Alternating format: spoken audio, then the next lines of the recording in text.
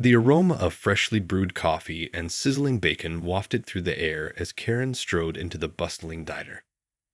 She had just finished her weekly shopping trip and was famished, ready to enjoy a hearty brunch in peace. As she approached the hostess stand, her sharp gaze swept across the crowded dining room, searching for the perfect table. "Good morning, ma'am," the hostess greeted her with a friendly smile. "Just one today." "Yes, that's right," Karen replied curtly, already sounding irritated. "And I'd like a table by the window if you have one available." The hostess quickly scanned the seating chart. "Absolutely, we have a great table over here." She gestured towards a cozy booth in the corner. As Karen followed the hostess, her eyes narrowed when she noticed the restaurant was packed with patrons. "Is this really the best you can do?" she scoffed. "I was hoping for something a bit more private." The hostess' smile faltered slightly. "I'm so sorry, but we're quite full this morning. This is the only table we have available right now." Karen let out an exasperated sigh but reluctantly slid into the booth. "I suppose it will have to do," she muttered, snatching up the menu and scanning it with a critical eye. A few moments later, a young man approached the table, his uniform crisp and his demeanor polite. "Good morning. Welcome to Diner 123. My name is James, and I'll be your server today. Can I get you started with something to drink?" Karen glanced up at him, her gaze instantly cold and calculating. "Yes, I'll have a black coffee. And hurry it up, will you? I'm starving." James nodded, unfazed by her abrupt tone. "Absolutely, I'll have that right out for you." He turned and quickly made his way back to the kitchen. As Karen waited for her coffee, her eyes continued to dart around the crowded diner, her lips pursed in a perpetual frown. When James returned with her steaming mug, she snatched it from his hand without so much as a word of thanks. "Are you ready to order, or did you need a few more minutes?" James asked politely. Karen took a sip of her coffee, her expression unreadable. "I'll have the Western omelet, and make it snappy. I don't have all day to sit here." "You got it," James replied, jotting down the order. "I'll put that in right away." As he turned to leave, Karen's sharp voice stopped him. "And be sure to get it right this time. I don't want any mistakes." James paused, a flicker of confusion crossing his face. "I'm sorry, ma'am. The last time I was here, my order was completely wrong," Karen huffed. "I had to wait ages for them to fix it. I won't tolerate that kind of poor service again." James blinked, taken aback by Karen's sudden criticism. "I apologize, but I can assure you that I will do my best to get your order right. Is there anything else I can get for you in the meantime?" Karen pursed her lips, seemingly unconvinced. "No, that will be all. Just make sure my food is brought out quickly." With a polite nod, James turned and hurried back to the kitchen, his brow furrowed in concern. As he relayed the order to the cooks, he couldn't help but wonder what had put the woman in such a foul mood. While Karen waited for her meal, she busied herself by scrolling through her phone, occasionally glancing up to survey the diner with a disapproving glare. When her omelette finally arrived, she eyed it skeptically before taking a tentative bite. Not bad," she murmured, her expression softening slightly. As she continued eating, her attention was drawn to a commotion near the front of the restaurant. A group of uniformed men and women were being ushered to a large table, greeted with enthusiastic applause from the other patrons. Karen watched, her curiosity piqued, as the waitstaff hurried to serve them drinks and plates of steaming food. "What's all the fuss about?" she muttered to herself, setting down her fork and craning her neck to get a better view. Just then, James approached her table, his expression cautious. "Excuse me, ma'am, is everything all right with your meal?" Karen's gaze snapped back to him, her demeanor instantly frosty. "It's fine, I suppose. But tell me, what's going on over there?" She gestured towards the large group of uniformed individuals. James paused, a warm smile spreading across his face. "Oh, that's our special Veterans Day celebration. We're offering a free meal to all active duty military and veterans today. Karen's eyes widened, and she glanced back at the group, her expression shifting from confusion to annoyance. Veterans Day, you say? Humph. Well, that certainly explains the commotion. She turned back to James, her tone sharp. In that case, I expect my meal to be discounted, seeing as I'm not getting the same special treatment as those people. James blinked, taken aback by her request. I'm afraid I can't offer a discount, ma'am. The free meals are specifically for our military guests in honor of Veterans Day. Karen's face flushed with indignation. But I'm a paying customer. Surely you can make an exception in my case. James shook his head apologetically. I'm sorry, ma'am, but our policy is very clear. The free meals are reserved for our veterans and active duty military only. I can't make any exceptions, even for our regular customers. Karen's eyes narrowed, her lips pressing into a thin, disapproving line. This is outrageous. I've been coming to this diner for years, and you're telling me I can't even get a simple discount. She slammed her fist against the table, causing the silverware to clatter. Several of the other diners turned to stare at the commotion, their expressions ranging from concern to annoyance. James held up his hands in a placating gesture. Ma'am, please understand that this is a special day to honor those who have served our country. I'm sure you can appreciate the importance of that. Appreciate it? Karen scoffed, her voice rising in volume. I appreciate nothing. This is blatant discrimination, and I won't stand for it. She glared at James, her eyes narrowed to slits. I demand to speak to your manager this instant, she declared, her finger stabbing the air in the direction of the kitchen. James sighed, resigning himself to the confrontation. Of course, ma'am. Let me go get the manager for you. As he turned to leave, Karen's voice stopped him again. And you'd better make sure my meal is free, or else. James paused, his expression hardening. I'm afraid I can't do that, ma'am. Your meal is not eligible for the Veterans Day discount, and you will be expected to pay the full price. Karen's face flushed an angry shade of red, and she opened her mouth to unleash another tirade. But before she could, a tall, stern-looking man in a crisp button-down shirt approached the table. Is there a problem here? The manager asked, his gaze sweeping between Karen and James. Karen immediately turned her attention to the newcomer. Yes, there is a problem, she exclaimed. This so-called server of yours refuses to give me a discount on my meal, even though you're handing them out to everyone else. The manager arched an eyebrow, his expression unreadable. I'm afraid that's not possible, ma'am. The free meals are reserved exclusively for our veterans and active duty military in honor of Veterans Day. As a regular customer, you do not qualify for that discount. Karen's eyes widened, and her mouth fell open in shock. What? But that's outrageous. I demand to be treated the same as everyone else in this establishment. The manager's expression hardened.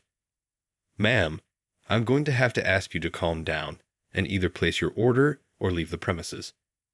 We do not tolerate disruptive behavior from our customers. Karen's face twisted with fury, her hands clenching into tight fists. Disruptive behavior? How dare you? I am a loyal customer, and I expect to be treated with respect. The manager's expression remained impassive. Ma'am, I understand your frustration, but the policy is clear.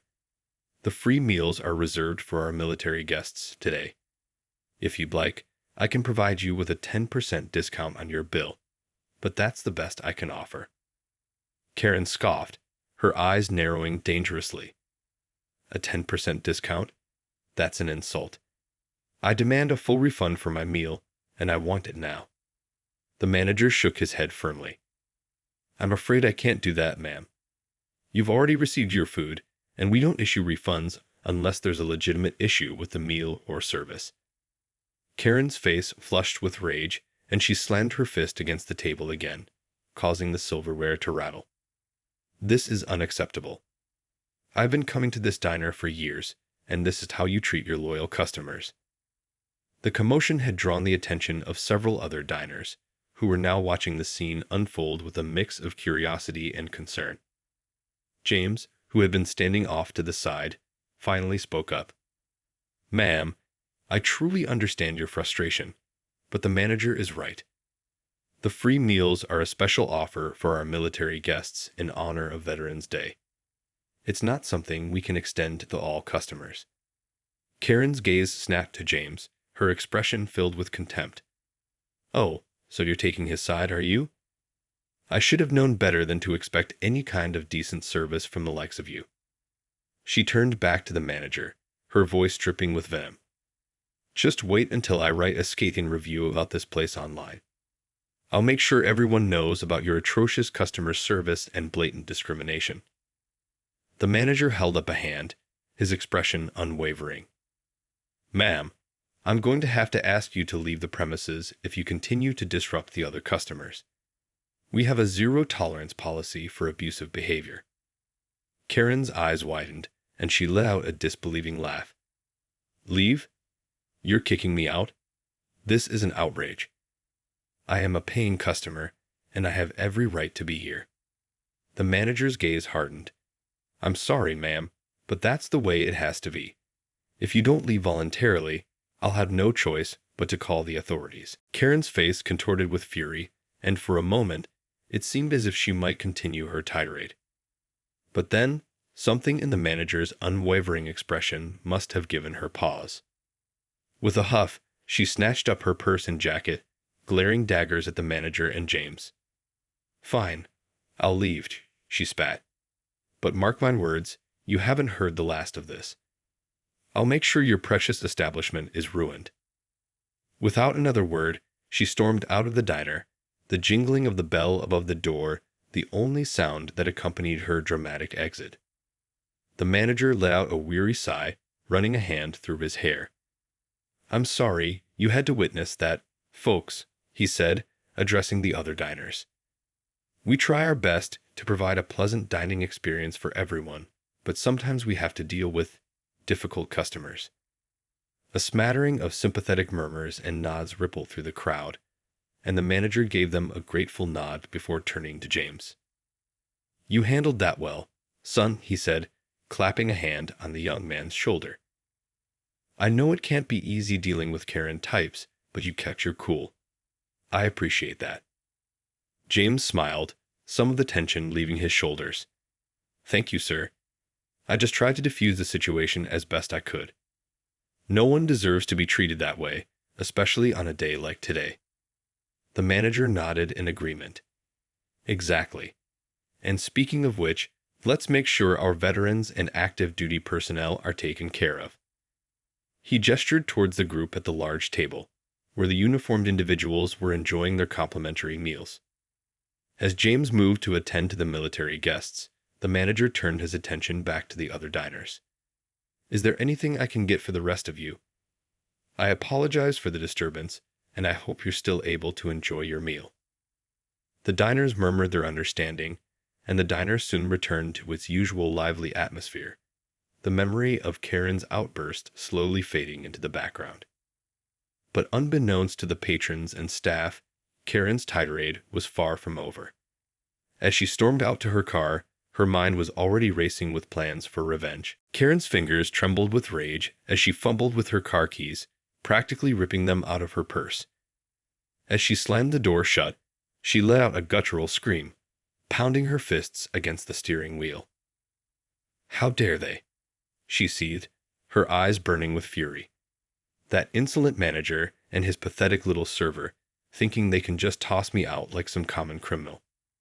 She took a deep, shuddering breath, trying to compose herself, but the anger refused to subside. Reaching into her purse, she yanked out her phone and began furiously typing. "I'll show them," she muttered under her breath. "I'll make sure every single person in this city knows how horribly I was treated. They won't get away with this." Within minutes, she had composed a scathing review, detailing every perceived slight and injustice she had endured at the diner. With a few taps, she posted it on every review site she could find, her fingers flying across the screen with unbridled vengeance. As she read over the review, a twisted sense of satisfaction crept into her expression. "There," she said, nodding to herself. "That'll teach them to mess with Karen." But her triumph was short-lived as a new wave of rage washed over her. "And that waiter," she growled, her grip tightening on the steering wheel. "That smarmy, disrespectful little punk. He's going to pay for humiliating me like that." Without a second thought, she pulled out of the parking lot, her tires squealing as she sped down the road. She had a plan, and she was determined to see it through, no matter the consequences. As she drove, her mind raced with possibilities, each one more sinister than the last. Should she call the corporate office and demand the manager's head on a platter? Or perhaps she could track down the waiter's address and teach him a lesson he'd never forget. The more she thought about it, the more her anger fueled her need for revenge. She wasn't going to let a few measly veterans and a couple of overly sensitive employees ruin her day. No, she was going to make them pay, one way or another. As she pulled into the driveway of her home, a wicked grin spread across her face. She had some calls to make and a plan to put into motion. The diner and its staff were about to learn a hard lesson. You don't mess with Karen. Over the next few days, Karen's scathing online reviews began to take their toll on the diner. Concerned patrons started to avoid the establishment, and the manager's phone was soon ringing off the hook with angry calls from disgruntled customers. Despite the manager's attempts to address the situation and assure the public that Karen's claims were completely unfounded, the damage had already been done. The diner's reputation was in shambles, and the once bustling establishment was now eerily quiet. James, the young waiter who had borne the brunt of Karen's fury, found himself constantly on edge, dreading the possibility of another confrontation. He had hoped that the incident would blow over, but as the negative reviews continued to pile up, he couldn't shake the feeling that something more sinister was at play. One evening, as James was closing up the diner, he heard a faint rustling sound outside. Cautiously peering through the window, he was shocked to see a familiar figure lurking in the shadows. His heart pounded in his chest as he recognized the distinctive silhouette of Karen, her arms crossed and her gaze fixed on the diner's entrance. Panic gripped him, and he quickly ducked back inside, locking the door behind him. "Oh God," he whispered, his hands trembling. "She's back. What is she going to do?" Mustering his courage, James made his way to the manager's office, his voice shaking as he relayed what he had seen. The manager's face darkened with concern, and he immediately called the police, urging them to dispatch an officer to the diner as soon as possible. As they waited for the authorities to arrive, the diner was plunged into an eerie silence, the only sound the steady ticking of the clock on the wall. James found himself jumping at the slightest noise, his nerves frayed with the anticipation of what Karen might have in store. Outside, Karen remained steadfast, her eyes fixed on the diner's entrance, a twisted smile playing on her lips. She had been planning this moment for days, and she wasn't about to let anything, or anyone, stand in her way. Just as the manager was about to call the police again, the sound of sirens pierced the eerie silence, and within minutes, a squad car pulled up to the diner's entrance. Two officers quickly emerged, their hands resting on their holstered weapons as they approached the building. Seeing the officers, Karen quickly ducked behind a nearby dumpster, her heart pounding in her chest. She had not anticipated the police being called so soon, and her carefully laid plans were rapidly unraveling. As the officers entered the diner, James and the manager hurried to greet them, explaining the situation in hushed tones. The officers listened intently, their expressions hardening with each passing moment. "Ma'am, we have reason to believe you've been harassing the staff of this establishment," one of the officers said, his voice stern. "We're going to need you to come with us to the station for questioning." Karen's eyes widened in panic, and she quickly emerged from her hiding spot, her hands raised in a placating gesture. "Officers, there's been a misunderstanding," she pleaded, her voice dripping with false sincerity. "I was simply passing by and wanted to speak with the manager about the rude treatment I received the other day." The officers exchanged a skeptical glance, and the larger of the two stepped forward, his hand gripping the handle of his holstered weapon. "Ma'am, we've received several reports of you harassing the staff and posting defamatory reviews online. That kind of behavior is unacceptable and could be considered a crime." Karen's face flushed with indignation, and she opened her mouth to argue, but the officer quickly cut her off. "I'm going to have to ask you to come with us. If you refuse, we'll have no choice but to place you under arrest." Realizing that her plan had been foiled, Karen let out a frustrated growl and reluctantly complied, allowing the officers to escort her to the squad car. As she was being led away, she shot a venomous glare at James and the manager, her lips curled in a sneer. "This isn't over," she spat. "You haven't heard the last of me." The officers ignored her outburst and quickly drove off, leaving the diner staff to survey the aftermath of Karen's rampage. The manager let out a weary sigh, turning to James with a sympathetic expression. "I'm sorry you had to go through all of this, son," he said, placing a hand on the young man's shoulder. "But thanks to you, we were able to put a stop to her harassment before it got any worse." James nodded, some of the tension leaving his body. "I'm just glad it's finally over," he murmured. "Hopefully, she'll think twice before trying to pull something like this again." As the diner slowly returned to its usual bustling atmosphere, the staff couldn't help but feel a sense of relief and vindication. Karen's reign of entitled terror had finally come to an end, and they could once again focus on providing their customers with the exceptional service they deserved.